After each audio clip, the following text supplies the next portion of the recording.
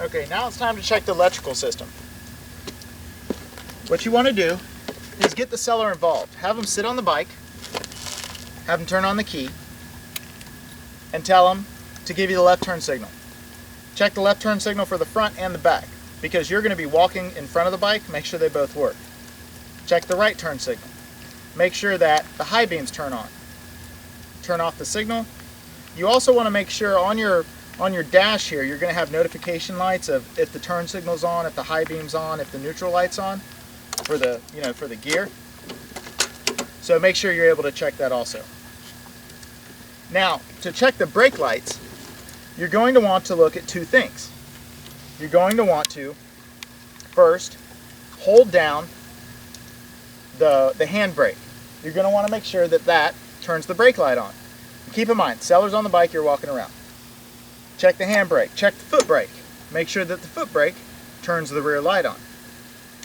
Once you're done there, what we're going to do is check the kill switches. We're going to make everything's good. First, with the bike in gear and the kickstand down, try to crank the bike. It should not crank. It should be a safety mechanism. Now what you can do, put it in neutral. You can crank the bike with the kickstand down. Okay. Bring the kickstand up. Hold your clutch. Put it in gear. Once it's in gear, put the kickstand down. It should turn the bike off. Crank the bike again.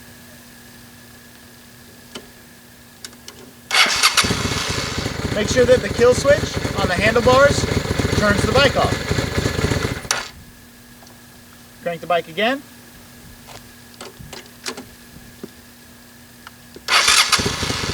And finally, make sure that the actual key turns the bike off.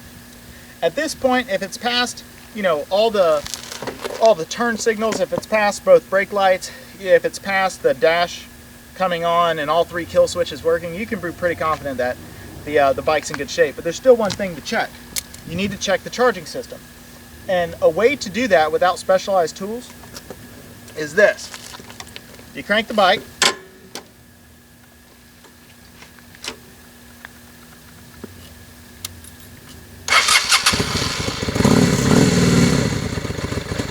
You have the seller put the left turn signal on.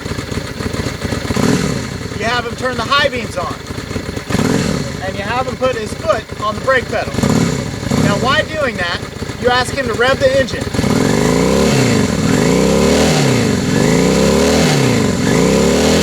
And what you should see is you should see the headlight, just not too much, but just a little bit. It should get a little brighter. And that'll let you know that the charging system on the bike is actually working good.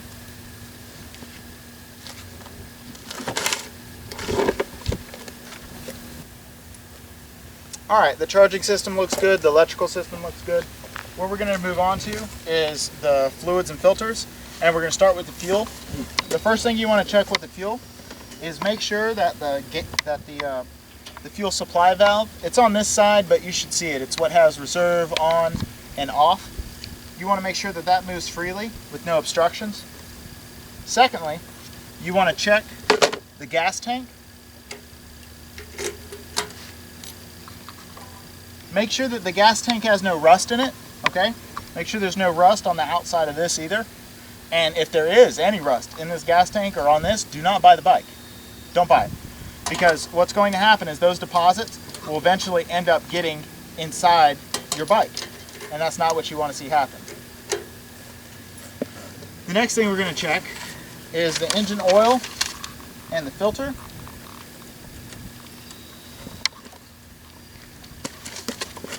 Okay, your engine oil will of course be right here.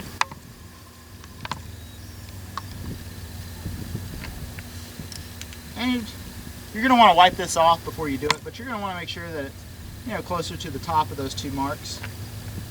And that the oil looks good, that there's no metal shavings come up on the dipstick, and the oil is nice and clean.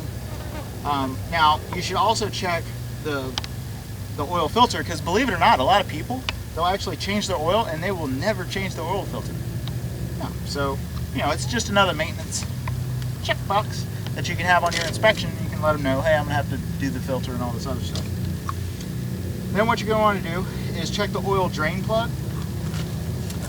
It's on the other side, but it'll actually be an oil drain plug, and the washer should actually be changed every 2 times that the oil is changed, and if it's not, what can happen is it starts to leak. Now, people can easily wipe it off, but what they can't take away from it is the fact that there will still be oil on the outside of it, which means you're going to be leaking oil.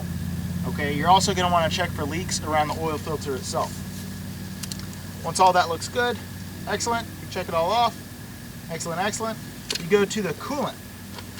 Now, the coolant reserve is back here. You can't really see it, but it's right on the bottom of here. And you want to make sure that the coolant is at a good level, that it's above the lower mark, okay? And you also want to make sure that the top to this coolant is actually on, because some people will lose this and they'll try to stick some type of rubber component or something. I've seen that before. I mean, it's crazy. But yeah, they try to plug it with some type of rubber thing, so make sure it has the cap on it. And the air filter. Now this is one of the most, besides the chain, probably one of the most neglected parts. You can keep track of, anybody can polish something, okay, but not everybody can do good maintenance on their bike. Pull the air filter off and check the air filter, see if it's clogged. It'll give you a good indication if, this guy is taking good care of his bike. And then finally, you're going to want to check, not every bike has this, I think, but most of them do. And I doubt you're going to be able to see it, but I'll see if you can. What it is, it's this pipe right here. Okay? It's called the crankcase breather pipe, and it should be free of deposits. You should not be seeing any dirt or any sludge or anything in there. It's basically a maintenance issue. It's not a deal killer. It's just something that you would have to be cleaned. Also, on the coolant side, you want to check the radiator. You want to make sure that none of these fins in here are damaged. You also want to make sure that it's in really good shape and that you don't see any spot leaks on the actual radiator itself. That's a good place to look for it.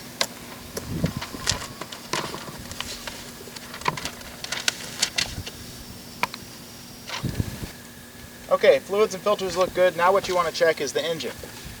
Now what you're looking for on this engine, especially around the bottom of these heads right here, you're looking to see if there's any type of indentation, because if there has been any work on this motor, what somebody will do is they'll get a screwdriver and they'll hit it to be able to separate the components, is what they'll do.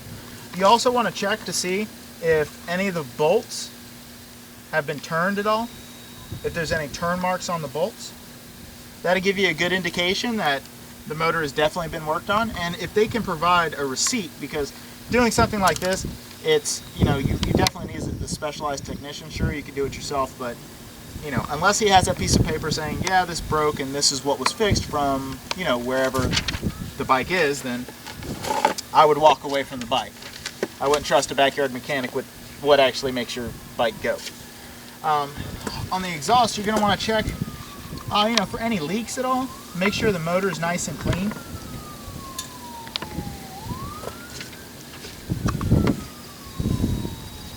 Okay, and then, check on the throttle. Make sure the throttle works good. And what I'm going to do is I'm going to spin this bike around for you real quick, and we're going to check the other side of it.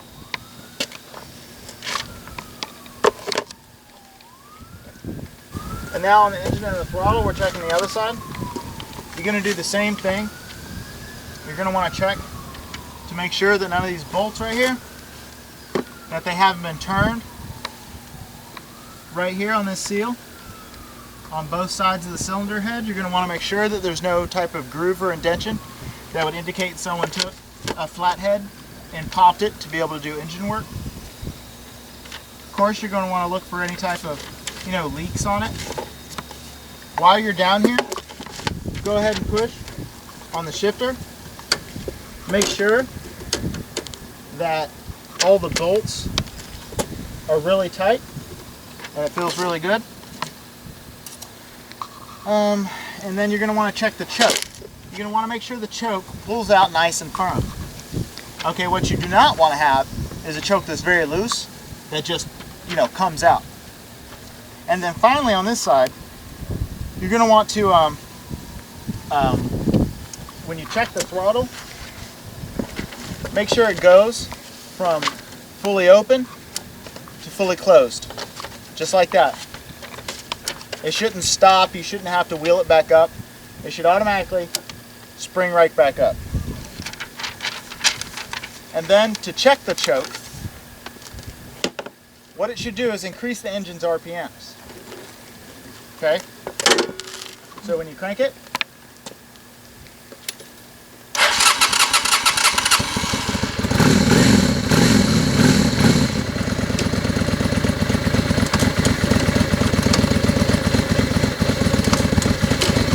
I'll pull the choke, and it should increase.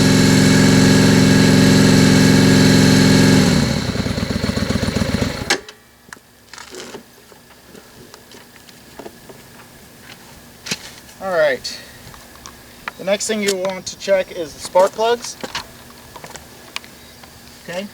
On each head, there should be one. Some of them have two, but you want to pull this off, and you want to see it. Now, you're also going to want to remove this. It's very important that you remove the spark plug.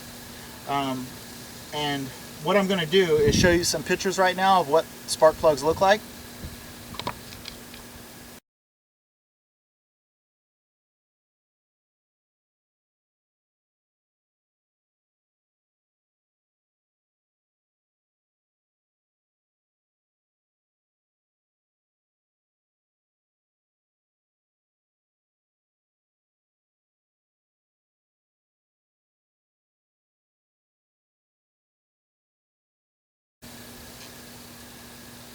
Okay, so you saw some pictures of what they look like, and what you want to be careful for are, if it's got any of the oil deposits on it, if it's damaged, if it's too hot, because if part of the porcelain on the spark plug is actually melted, it means the engine runs too hot.